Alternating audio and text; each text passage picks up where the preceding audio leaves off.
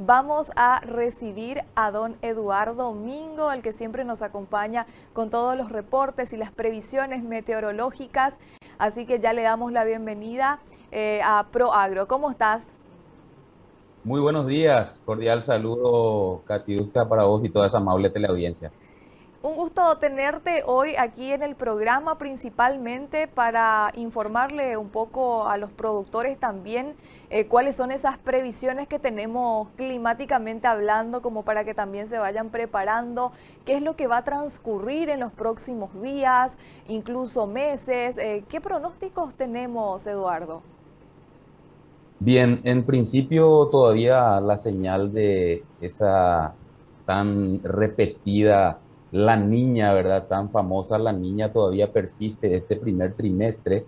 Entonces, el impacto va a seguir siendo ese déficit de lluvias.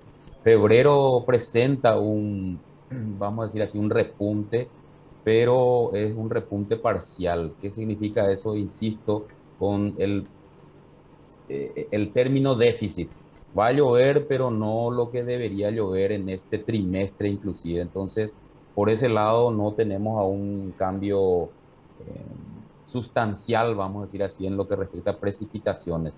Sí, como ya estamos viviendo, y esto sí va a seguir siendo la constante porque estamos de hecho en esa temperatura, perdón, en la temporada alta de temperaturas altas. Las extremas se están registrando, aunque no están rompiendo récords, pero sí estamos esos acumulados de anomalías, ¿verdad? Porque vi otras publicaciones que justo por eso quiero explicar lo siguiente. Las anomalías que se van sumando, ¿verdad? Hay publicaciones que hablan de 12 grados por encima o 12 grados más. En realidad estamos sumando anomalías. Si era 36 el promedio, ahora está siendo 38. Entonces sumando eso en la semana, hablamos de 10 o 12 grados por encima de la anomalía semanal. Entonces, en resumen, a corto plazo al menos, la temperatura va a seguir bastante elevada. La probabilidad de lluvia sí está presente, pero es del tipo de verano.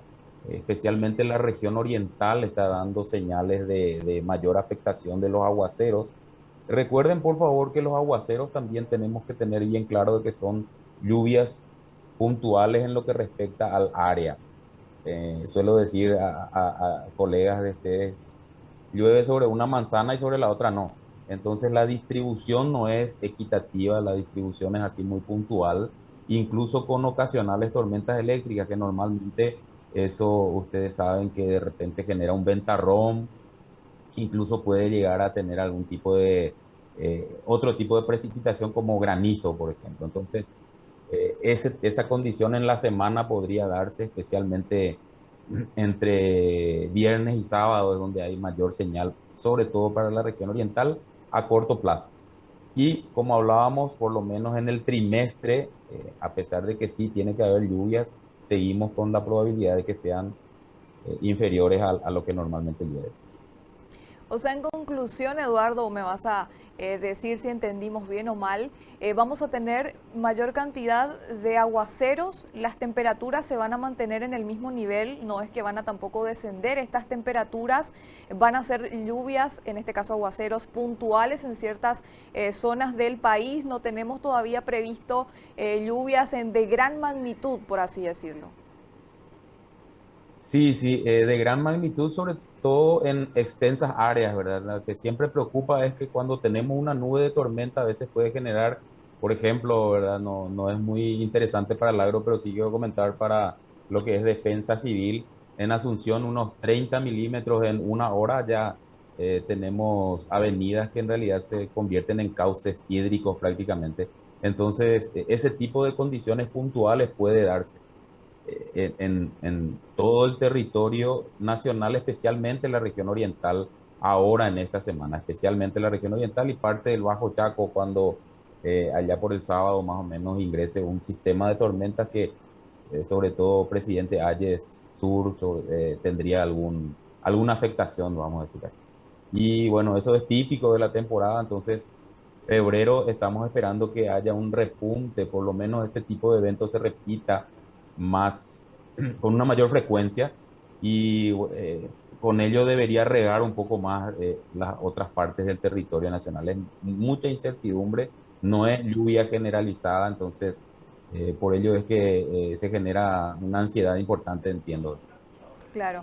Eduardo, esto más teniendo en cuenta que de las precipitaciones también dependen el nivel de los ríos, estamos todos expectantes a ver si podemos tener mejorías también dentro de ese aspecto, lo que también facilitaría el trabajo de todos los convoyes y todas las embarcaciones que tienen que transportar justamente los productos nacionales para afuera y también otros productos que tienen que ingresar a nuestro país. Entonces hacemos también el seguimiento para saber cómo va a estar eso. Ahora, amigo, te pregunto también en cuanto a lo que tiene que ver con la temperatura, haciendo una comparación. El año pasado tuvimos un verano realmente bastante insoportable, con temperaturas inclusive que llegaron a superar los 40 grados. Hablando del verano de este año 2023, ¿cuánto estamos hablando de temperatura prevista? ¿Vamos a superar ese nivel? ¿Vamos a mantenerlo o no vamos a llegar a tanto? Bien, en primera instancia ya lo estamos manteniendo. Ayer tuvimos picos de temperatura importantes, sobre todo el territorio nacional, porque persiste ese ambiente seco. ¿Y qué tenemos que entender por seco? La humedad está, ¿verdad? Seco le llamamos normalmente a ese periodo de tiempo, mes, semana, que llueve poco o no llueve.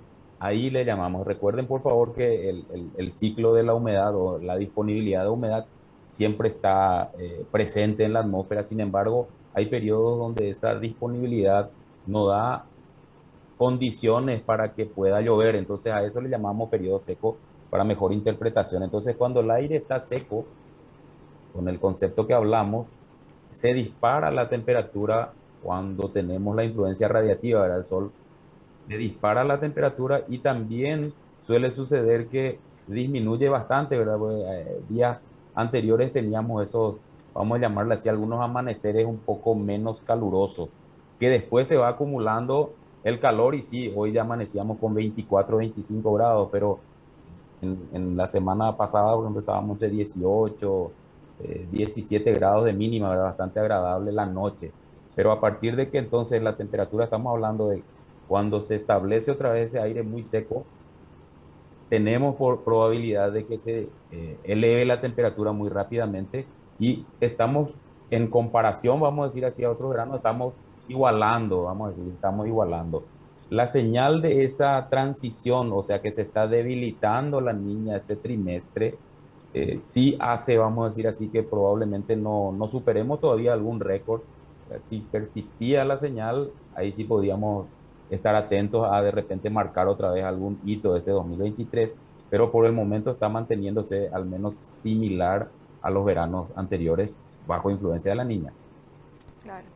Bueno, Eduardo, realmente un placer conversar contigo. Te agradecemos por habernos dado este pronóstico ya para el primer trimestre del 2023. Ya tenemos más o menos clara cómo va a estar la situación también. Los productores que seguramente estarán viendo el programa también ya van a tener un poco en cuenta que vamos a tener estas condiciones por lo menos hasta marzo. Después ya seguramente vamos a estar nuevamente en contacto para estar actualizando también y para ver cómo va a seguir el comportamiento climático en nuestro país. De momento, muchísimas gracias. Será hasta otro contacto. Muchísimas gracias a ustedes. Hasta luego.